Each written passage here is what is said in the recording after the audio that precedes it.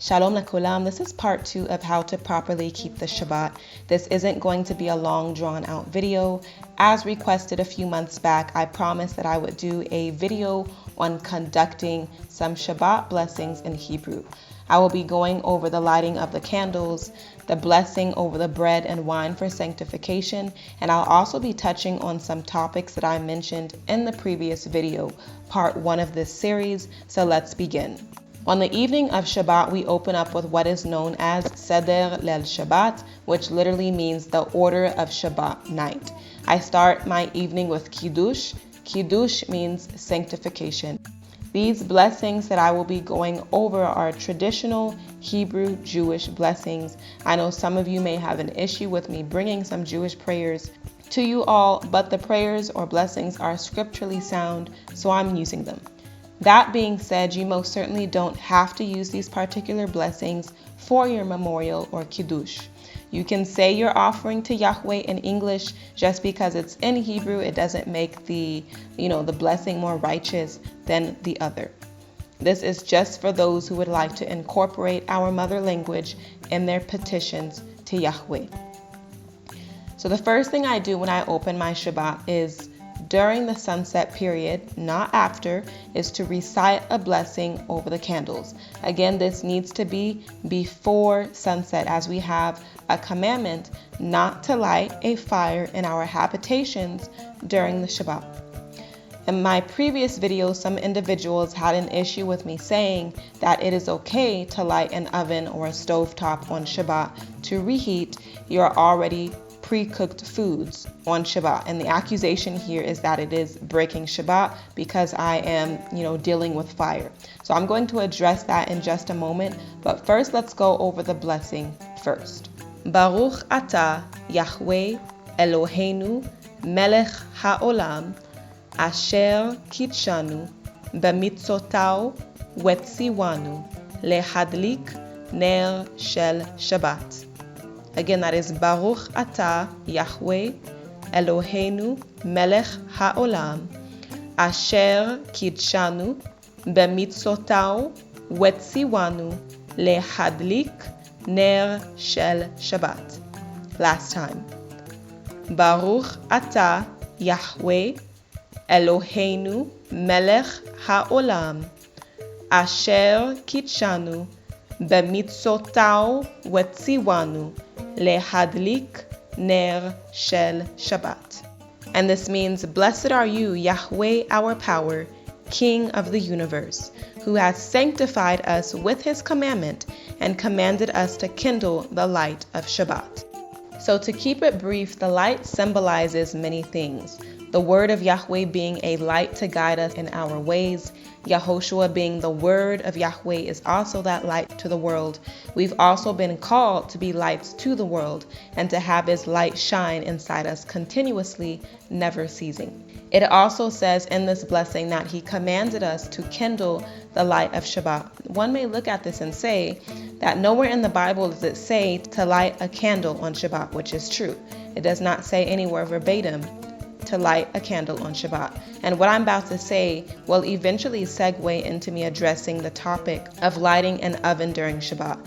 And how do you know when something is scripturally sound is by having the wisdom and the understanding of the spirit of his word to help decipher, which sometimes needs to be revealed through a shepherd of Yahweh.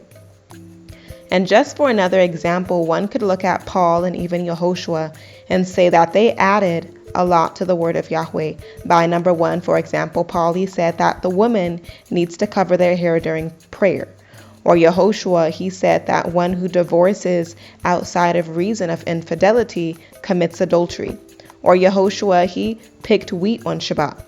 Where did they get these laws from, or where did they have the wisdom to understand the spirit of Yahweh's perfect intention of to know when to do something and what to do?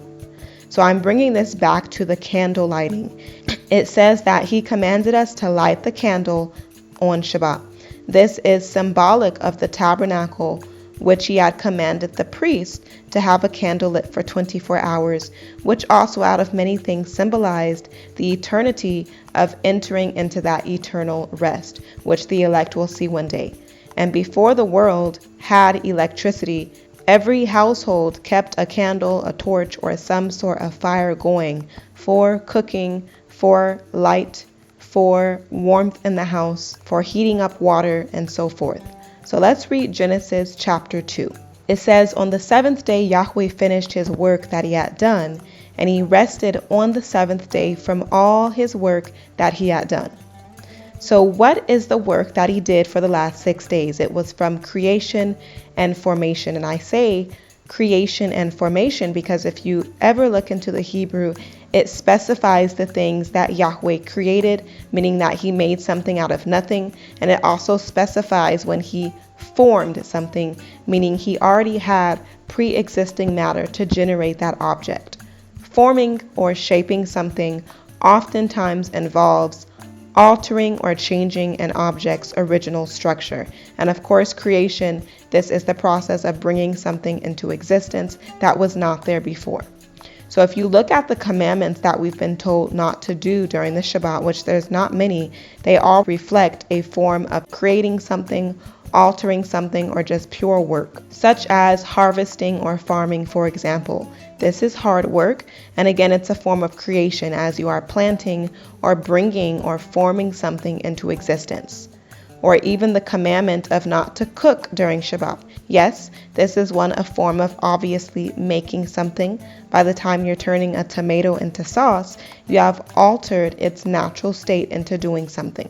By the time you are boiling foods, it's releasing steam, which is a gas, and you have destroyed something as well as created something, which is a chemical reaction. So back to the argument, we can't transfer a flame on Shabbat. Having the understanding that one of the simple and major concepts of Shabbat is not creating and of course rest, and knowing that all households had a fire in their homes every night.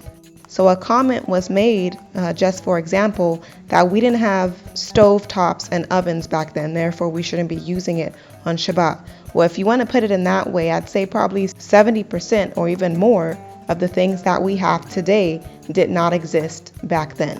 Also, there are some things such as what I just mentioned about not having electricity, and back in those times, every household had a fire going for their food, for warmth, for heating up water, and whatever else, that it was common sense. Yahweh did not need to tell the people to have a fire going so that you could see in the dark. That's just human instinct. And that goes for a lot of other things. There are a lot of things that he did not necessarily say that we can and can't do during Shabbat. It just comes with understanding the spirit of his word and common sense again.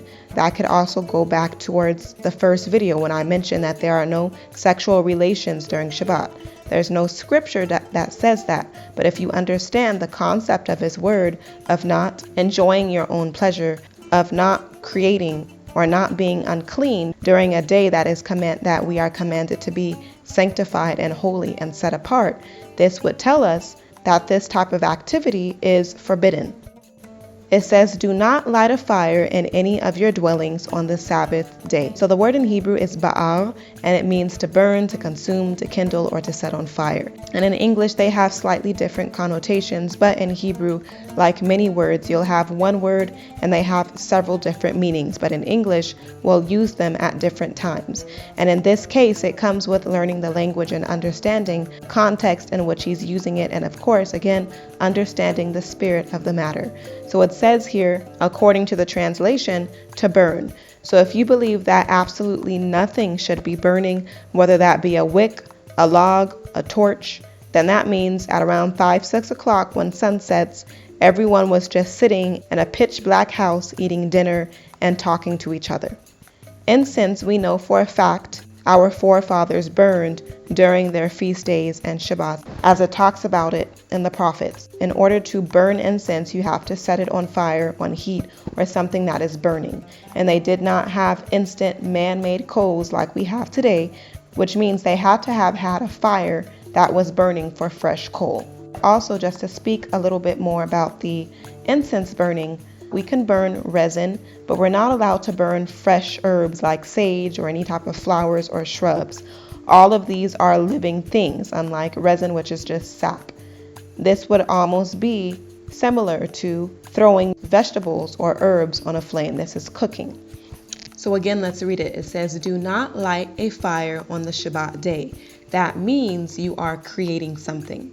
What about the fact that I'm adding it to a pilot that is releasing gas underneath it? Propane and butane consist of oil that's been liquefied.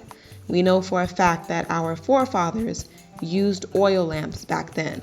So I'm putting my flame on top of a valve that has liquefied oil underneath it, no different than an oil lamp. I didn't create anything. I did not bring anything to an existence that was not there, nor did I start a new fire on Shabbat. Also, the Shabbat day is a feast. I have not seen a feast with cold food. Some of you may say that that is a gluttonous or lustful response, but it is the truth. But if you are still convinced that lighting your pilot with a pre-existing fire is breaking Shabbat, then you also need to consider going ahead and doing the full mile so that you are not sinning according to your belief. The Jews believe that it is breaking Shabbat to turn off and on lights during the Shabbat. Why do they say this? They say that when you turn off and on lights, you are constantly kindling a fire. And electricity, this is a form of fire. But this isn't the case. Any electrician will tell you that the powerhouse stays on 24/7. When we turn on and off our lights, we're simply disconnecting and reconnecting to a circuit that already has a constant and continual flow of electricity. And this is no different than the concept of lighting a new candle from a pre-existing fire. So again, if you have the belief that transferring a flame is breaking Shabbat, then you also need to consider this fact. This would mean not reconnecting or disconnecting to any electrical source. There's also no turning on and off lights. There is no turning on fans, ACs, or heaters. So again, just to be clear, and you still believe that transferring a fire is breaking Shabbat, this falls in line with electricity. Let's continue on to the last two blessings for Kiddush, which is the blessing over the bread and wine. Of course, we can relate this back to the word in so many different ways, but off surface, we know that the bread is the word of Yahweh and the body of Yehoshua that was crucified and resurrected, that we take in remembrance of his death for our sin. So let's go over the blessing for the bread. It goes like this: Baruch atah Yahweh Eloheinu melech ha'olam, hamotzi lechem min haaretz. Again, Baruch atah Yahweh Eloheinu melech ha'olam, hamotzi lechem min haaretz. Last time, Baruch atah Yahweh Eloheinu melech ha'olam, hamotzi lechem min haaretz. That means, blessed are you, Yahweh, our powers, King of the universe, who brings forth bread from the earth. Lastly, we have the blessing over the wine. Again, just off surface, we know that we drink the blood of Yehoshua in remembrance of the blood that he shed for the remission of our sins.